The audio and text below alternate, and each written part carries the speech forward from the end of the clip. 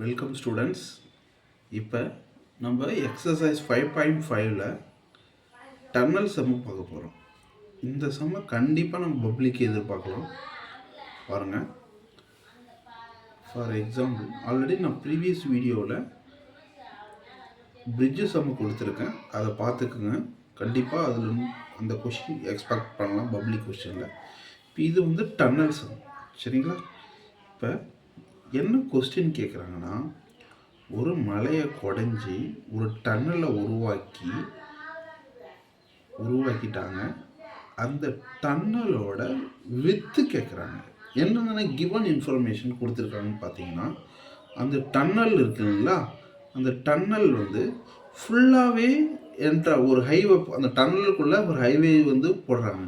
அந்த ஹைவேவோட ஒய்டு என்னென்னா 16 மீட்ரு. அந்த 16 மீட்ரு என்னென்னா, நல்ல டயக்ராம் பாருங்கள், கவனிங்க. இந்த ஹைட்டு வந்து எட்ஜ், இதுக்கு ஃபுல்லெல்லாம் எங்கேயும் ஒரு ஹோல் இருக்காது. இங்கெல்லாம் ஃபுல் அண்ட் ஃபுல் அப்படியே ஹோல்லாம் இருக்காது. இங்கேயும் ஹோல் இருக்காது. ஆனால் எங்கே ஹோல் இருக்கும், இந்த பாயிண்ட்டுக்கும் நடுவில் ஹோல் போகணுங்களா, அந்த ஹோலில் தான் என்ன பண்ணுவாங்க, ஹைவே போட்டிருக்காங்க. அப்போ அந்த ஹைவேவோட ஒய்டு மட்டும் கொடுத்துருக்காங்க. என்னன்னு கொடுத்துருக்காங்க, 16 மீட்டர்னு கொடுத்துட்டாங்க. அப்போ இந்த பாயிண்ட்லேருந்து இந்த பாயிண்ட்டுக்கு உள்ள டிஸ்டன்ஸ் வந்து 16 மீட்டர், சரிங்களா? இப்போ இந்த மீதி இருக்கிறது எட்ஜ் பாயிண்ட். அப்போ அந்த எட்ஜோட ஹைட்டு வந்து 4. இப்போ இங்கேயும் சேம் ஹைட்டு தான் வரும். இப்போ 4. அடுத்தது இந்த மிட் பாயிண்ட்லேருந்து அந்த டன்னலோட ஹைட்டு வந்து 5ன்னு கொடுத்துருக்காங்க. அடுத்ததாக கூடுதலாக என்ன ஒரு இன்ஃபர்மேஷன் அவங்க கொடுத்துருக்காங்கன்னா, இது வந்து ஒரு செமி எலிப்டிக்கல் ஷேப்னு கொஷின்லேயே கொடுத்துட்டாங்க. என்னது, elliptical opening, semi elliptical opening கொஷின்லேயே கொடுத்துட்டாங்க. அப்போ இது வந்து எலிப்டிக்கல் ஓப்பனிங். இப்போ இது செமி எலிப்டிக்கலாக நம்ம பார்க்குறோம், சரிங்களா?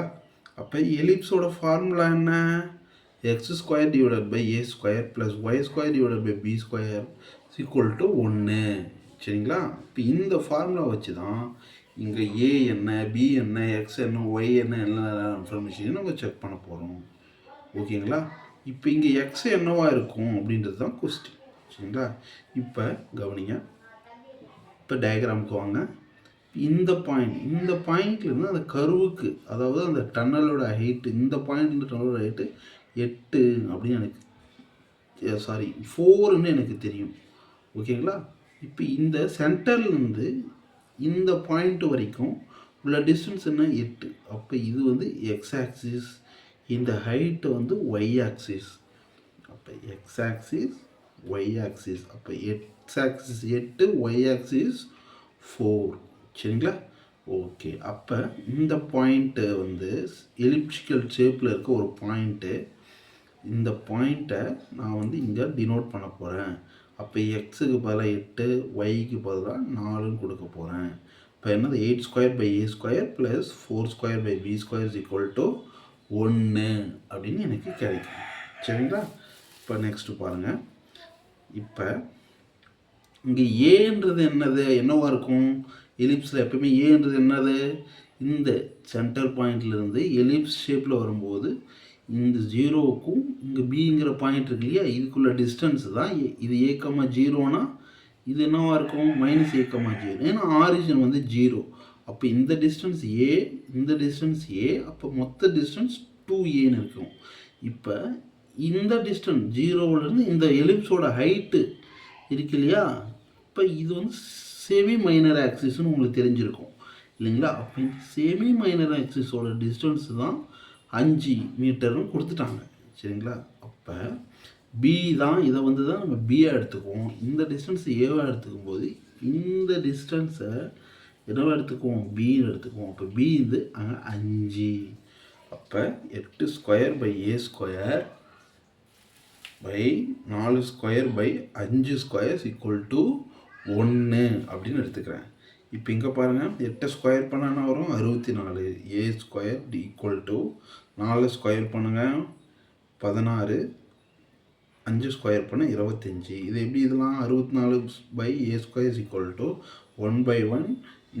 இந்த ப்ளஸ் இந்த பக்கம் வந்துச்சுன்னா 16 பை 25 கிடைக்குமா?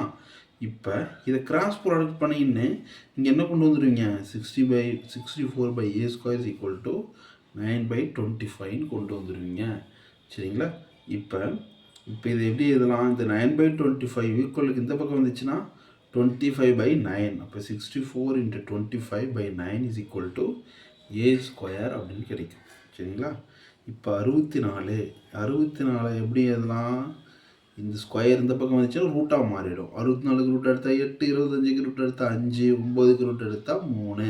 இப்போ 8, 5, 40, 3 அப்படியே வந்துருச்சு. இது வந்து ஏவோட வேல்யூ தான். அதாவது இந்த பாயிண்ட்லேருந்து இந்த பாயிண்ட்டுக்குள்ள டிஸ்டன்ஸும் இந்த பாயிண்ட்லேருந்து இந்த பாயிண்ட்டுக்குள்ள டிஸ்டன்ஸும் தான் கிடைச்சிருக்கு. நமக்கு என்னவா கிடைச்சிருக்கு? 40/3 கிடைச்சிருக்கு. ஆனால் நமக்கு என்ன தேவை? மொத்தமாக தேவை இல்லைங்களா? அதாவது A to B, இது ஏவிலேருந்து பி, இதுதான் டன்னலோட வைடு வித்து. அப்போ என்னவா இருக்கும்? இப்போ 2ஆல் பெருக்கிக்கிட்டால் போதும் இல்லைங்களா? இப்போ 2 × 40/3 80/3. 80/3 என்ன வரும்? 26.666 போயிட்டே இருக்கும். ஒரு ஸ்டேஜ் மேலே நம்ம ஸ்டாப் பண்ணிவிட்டு 26.66 மீட்டர் அப்படின்னு நம்ம எழுதுனா ஆன்சர் கிடைச்சிரும். இப்போ 26.66 மீட்டர் தான் இதோட டிஸ்டன்ஸ். சரிங்களா? இதுதான் டன்னல் சம். நல்லா பைஹார்ட் பண்ணிக்கோங்க. கண்டிப்பாக இதை பப்ளிக் கொஷினும் எதிர்பார்க்கலாம். Thank you, students.